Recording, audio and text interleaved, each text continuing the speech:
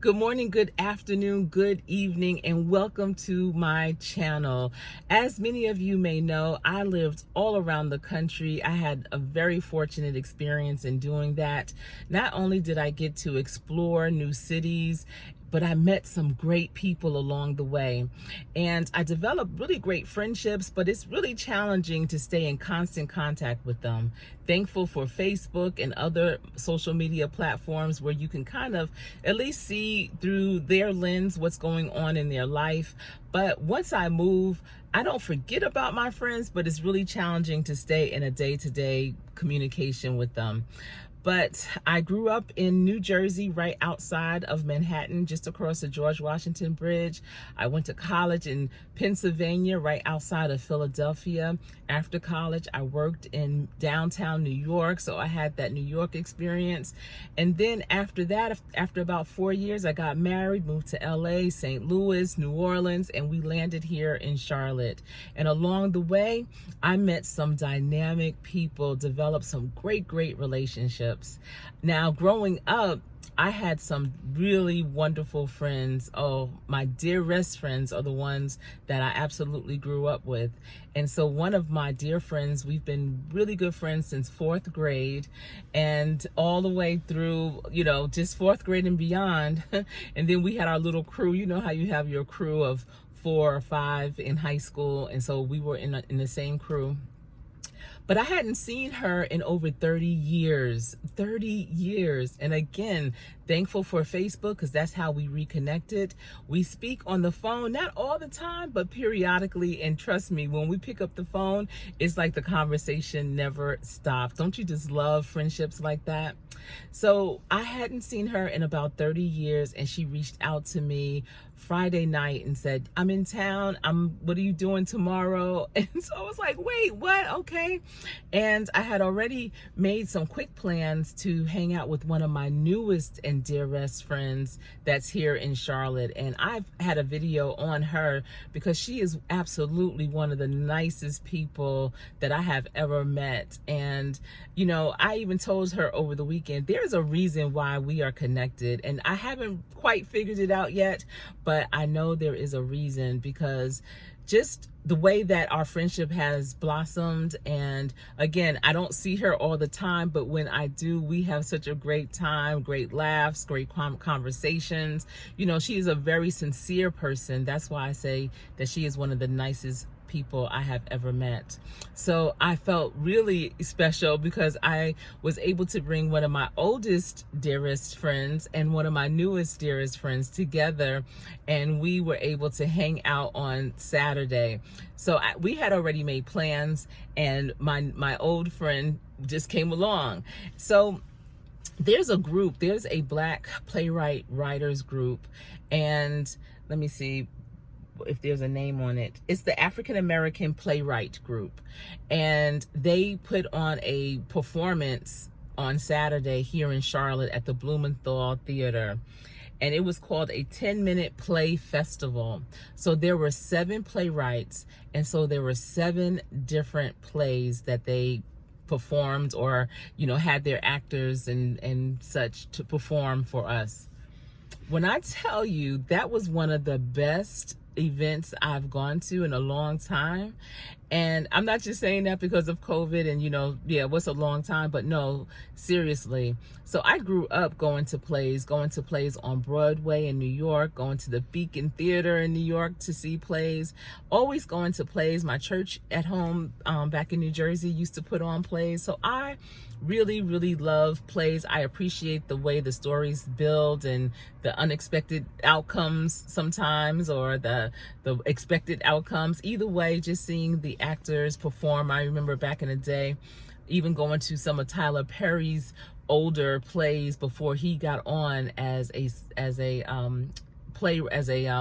movie writer or whatever, producer, director. But this play on Saturday at the Blumenthal was so dynamic because, again, it was called the 10-minute play festival. And that's because the 7 playwrights that participated, they took little segments of whatever story they had or whatever play they already had, and narrowed it down to just 10 minutes. So just think about it. We are in that era of TikTok, of shorts, where we don't want to see like the whole video or the whole story or the whole movie. Just like with a movie trailer, you know, you get to understand the gist of the movie just by going and seeing the trailer. Well, that's what this was like. It was just a sneak peek into what the story was. They took one of the best scenes from their play that had been produced and just gave it to us in 10 minutes. And the other great thing is, after each 10-minute segment, the playwright and the performers came up on stage and answered questions. So the audience was able to have interactive dialogue with them about why they developed this play. Is this play in production somewhere? When can we see the full piece?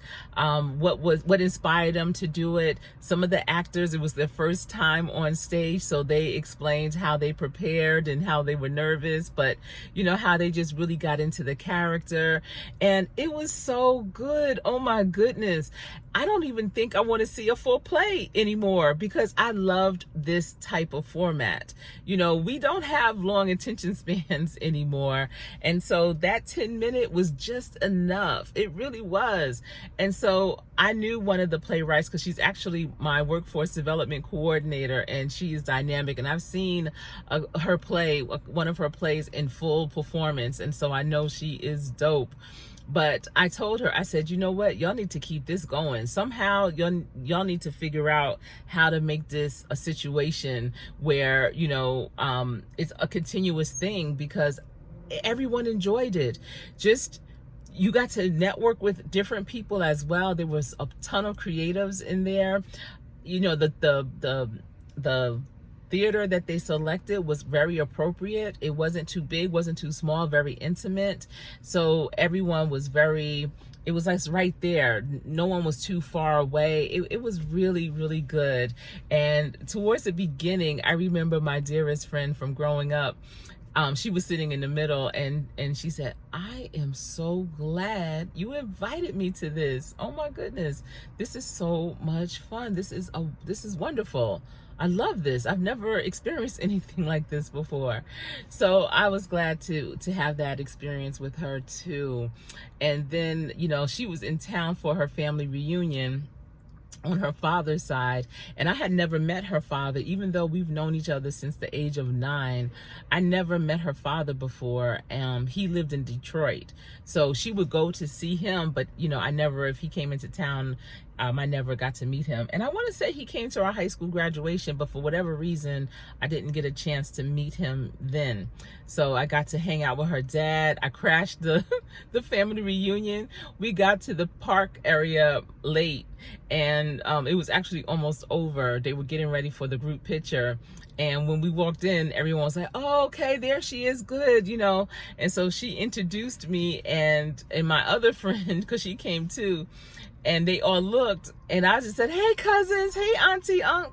And they all were looking like, you're not related to us. What are you talking about? And I was like, maybe they didn't hear me, but I don't know. But you know what? They were very welcoming, and I was just happy to be part. And then went back to the hotel with her and connected with another family reunion and was playing spades. And trust, I am a terrible spades player. I have a challenge with remembering which card is which, like, what do you call it, the 3-leaf clover, or you know, whatever. And so people typically don't like to be the partner with me, but let me tell you, I always win, and I talk a lot of junk. So it's always a good time. I stayed there till about midnight, but it was so wonderful to be in the presence of 2 dynamic women who inspired my life at 2 different points. One was in the past and one is now. And I know if you are a Girl Scout or was a Girl Scout or a Girl Scout troop leader, I remember there was a motto, make new friends, but keep the old. Some are silver and some are gold. And so that's how I felt this weekend make new friends, but keep the old. Absolutely. Never forget where you came from. Never forget who you came from with, and just enjoy every moment and appreciate it and make your memories last, because they do. They last forever. And I'm here to share this memory so that, again, it can last even beyond. So that's all I have for you right now. And I just appreciate you for checking out this video. If you enjoyed the content, be sure to give it a thumbs up. Again, I am Coach Sherry. Have a wonderful, wonderful day.